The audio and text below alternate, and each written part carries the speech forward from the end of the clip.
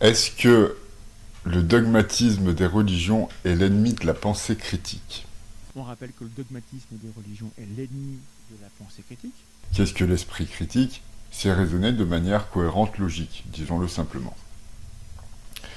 Donc, est-ce que le dogmatisme des religions est l'ennemi de la pensée critique? Eh bien, si j'en prends l'exemple du dogme catholique, que je connais sur le bout des doigts, j'aurais tendance à penser que non. Quel est le dogme chrétien? Alors, si on va chercher, bon, dans les conneries et tout, donc il y a la Trinité, le Père qui procède le Fils qui procède du Père, le Saint-Esprit qui procède du Fils, et le Père qui procède du Saint-Esprit. Donc même dans ce genre de conneries, je n'arrive pas à comprendre en quoi le dogme catholique est l'ennemi de la pensée critique. C'est quand même un charabia absurde, inintelligible, et finalement, je considère que les esthéticiens vont se chercher des ennemis imaginaires, mais peu importe, puisque fondamentalement, le cœur du dogme de la religion catholique, c'est de propager l'amour, la charité, la paix, le respect. Bref, le catholicisme, c'est du wokisme. Donc, je ne comprends pas pourquoi les dogmes en religion sont les ennemis de la pensée critique. Et puis, c'est toujours comme ça. Je veux dire, les dogmes religieux sont des choses tellement absurdes que je ne comprends même pas qu'elles entrent en conflit avec la science de tout temps.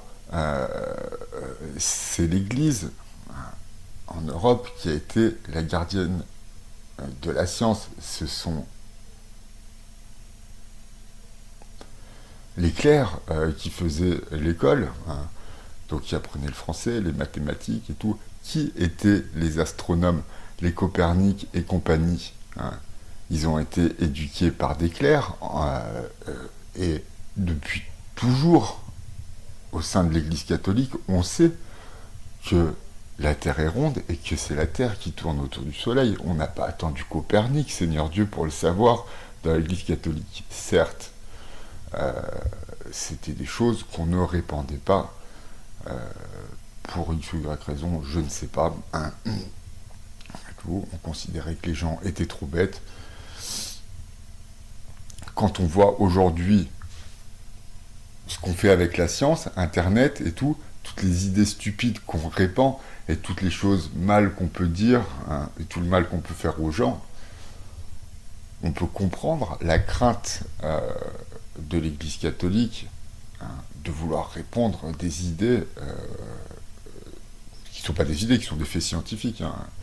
Au sein de la population, on peut comprendre que les gens craignaient que cela sème des troubles. Quand même, les religions sont les ennemis de la science, et spécifiquement de l'esprit critique, qui n'est pas, j'imagine, une science, bon, peu m'importe, de toute façon. Ce n'est pas vrai, au moins, je veux dire, au moins en Europe, c'est toujours l'Église qui a été la gardienne de la science.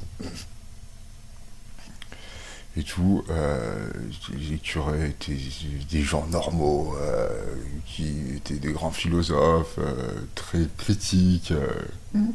Pas tous, pas tous, il y a des gens très méchants, j'en suis sûr, oui. Et c'est des gens qui se sont nourris de la richesse de la religion catholique et tout. Alors je parle de la religion catholique, bon, moi je pense plus au christianisme en général, parce que le catholicisme c'est un courant au sein de l'ensemble du christianisme et tout, mais donc c'est le courant majoritaire qui a gouverné, employons le terme, en France et partout en Europe. Et donc ces curés qui étaient de grands philosophes, je veux dire, la Révolution, et ça, on le sait, la République, et la Révolution ne se serait pas faite sans l'Église catholique. Enfin, sans les curés, pardon. Parce que l'Église, non, l'Église catholique, c'est pas trop d'accord. Mais la Révolution et la République ne seraient pas faites sans les curés. Ça, c'est des choses qu'on ne dit pas, soit parce qu'on les connaît pas, parce que bon, on n'est pas très érudits, soit parce qu'elles nous gênent, tout simplement. Que les curés, en vrai, donc, étaient des astronomes, des mathématiciens, des philosophes, et tout. Et que ce sont fondamentalement des gens qui n'ont jamais intégré donc une sphère religieuse ou qui ne la connaissent pas, qui considèrent que donc les dogmes religieux sont les ennemis de la science et de la pensée critique. Ce n'est pas vrai, c'est toujours là où il y a du pouvoir qu'il y a... c'est quand les gens ont du pouvoir qui sont les ennemis de la raison. Mais ça marche pas que dans l'Église catholique, ça marche dans la République, ça marche même là où il y a du pognon et tout. En général. C'est absolument faux de penser que le dogme catholique, qui, je le rappelle, aimez-vous les uns les autres, voilà, si tu veux savoir et tout, c'est quoi le dogme catholique, aimez-vous les uns les autres, c'est celui-là. Je fais pas de la propagande, c'est pas vrai. C'est la pure raison. C'est le dogme catholique, aimez-vous les uns les autres, qui serait l'ennemi de la pensée critique. J'avais laissé un commentaire sur la vidéo de Thomas Durand, un petit commentaire sympa, et tout. Et puis bon, finalement, j'ai écouté la vidéo entière, et quand j'ai entendu cette phrase...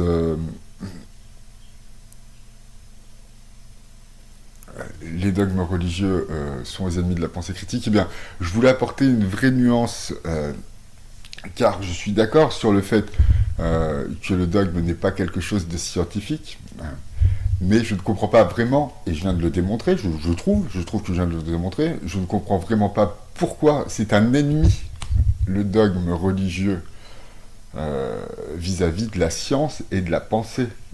Ça, c'est quelque chose